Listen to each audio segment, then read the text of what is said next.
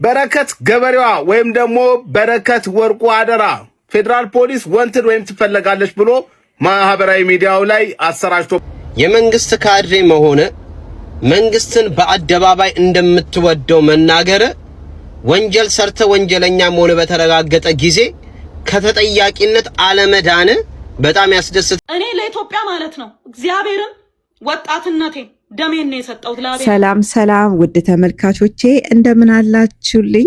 አመሰግናለሁ። ቻናሌን ሰብስክራይብ ስላደረጋችሁልኝ ቪዲዮንም ስለምትመለከቱልኝ አመሰግናለሁ።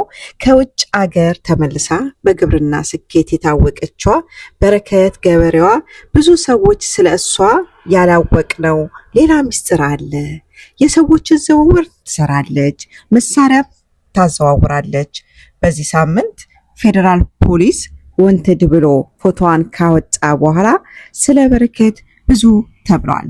የበረከት ኢንተርቪው አንዳንድ ቦታ ላይ ስትናገር ብዙ ጊዜ እሰማት ነበረ። እንደ ጠቢው ሰለሞን ምን አለ እውቀትና ጥበብን ብትጠይቅ። ለምን የእውቀት ችግር ያለባት ይመስላል ከንግግሮቿ። ከዚህ በፊት ዳዊት ድሪም ላይ ቀርባ ስለሷ ስለ ስራዋ እንዴት እንዳደገች ስትናገር የመሳሪያ እንትን እናደርጋለን እንደዚህ እዛ ጋር ራሱ አንድ እንዱ የሆነ የእውቀት ችግር እንዳለባት ይታይ ነበርና ምን አለ ልክ ጠቢው ሰለሞን ሀብትን እንደጠየቀም ሌላም እውቀትና ጥበብን ማስተዋልን ስጠኝ እንዳለ ሁሉ በረከትም ጥበብና እውቀትን ምን አለ ብትጠይቅ ነበረ። ህዝቤም እውቀት ከማጣቱ የተነሳ ጠፍቷል ይላል የእግዚአብሔር ቃልና ያለማወቅ ይሆን ወንጀል ውስጥ የከተታት? ወደ ተመልካቾቼ አንዳንድ ሰዎች ስለ በረከት ከተናገሩት ውስጥ አብረን እንስማ። ይሄንን የዶክተር አብይን መንግስት በግብዳው እንደወደው ከሚያደርጉኝ ሌላኛው ምክንያት ምንድነው ብትሉኝ የመንግስት ካድሬ መሆነ መንግስትን በአደባባይ እንደምትወደው መናገር ወንጀል ሰርተ ወንጀለኛ መሆነ በተረጋገጠ ጊዜ ከተጠያቂነት አለመዳን በጣም ያስደስተኛል። እንደወደው ሌላ ምክንያት ነው።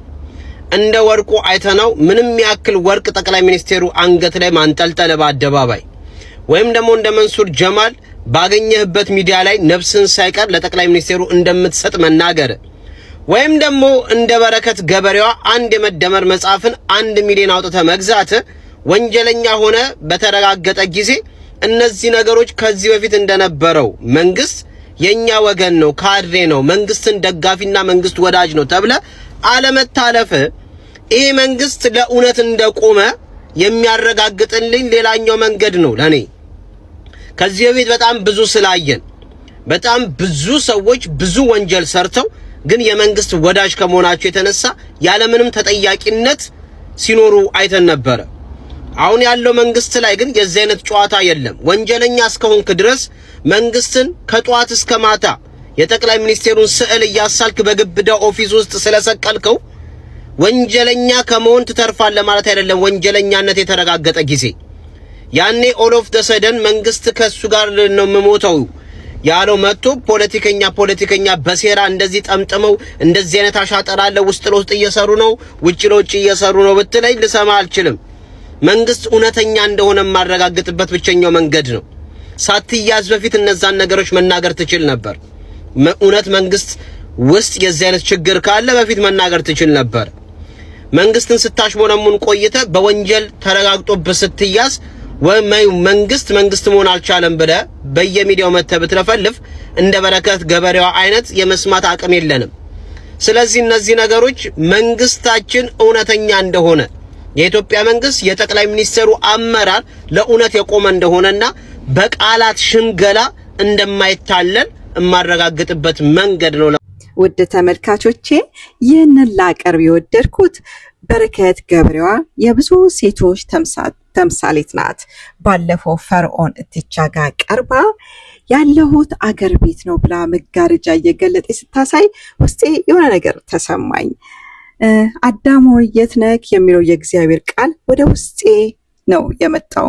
ምንም ወንጀል ውስጥ ካልገባሽ ህዝብ ካንቺ ጋር ይቆማል። የብዙ ሴቶች ተምሳሌት ነሽና ውድ ተመልካቾቼ በጣም ነው የማመሰግነው ቻናሌን ስለምትመለከቱልኝ። ፕሊስ ልክ ቻናሌን ስትመለከቱልኝ ሰብስክራይብ ያላደረጋችሁ ሰብስክራይብ አድርጉልኝ እላችኋለሁ። ተባረኩልኝ። ባይ ባይ።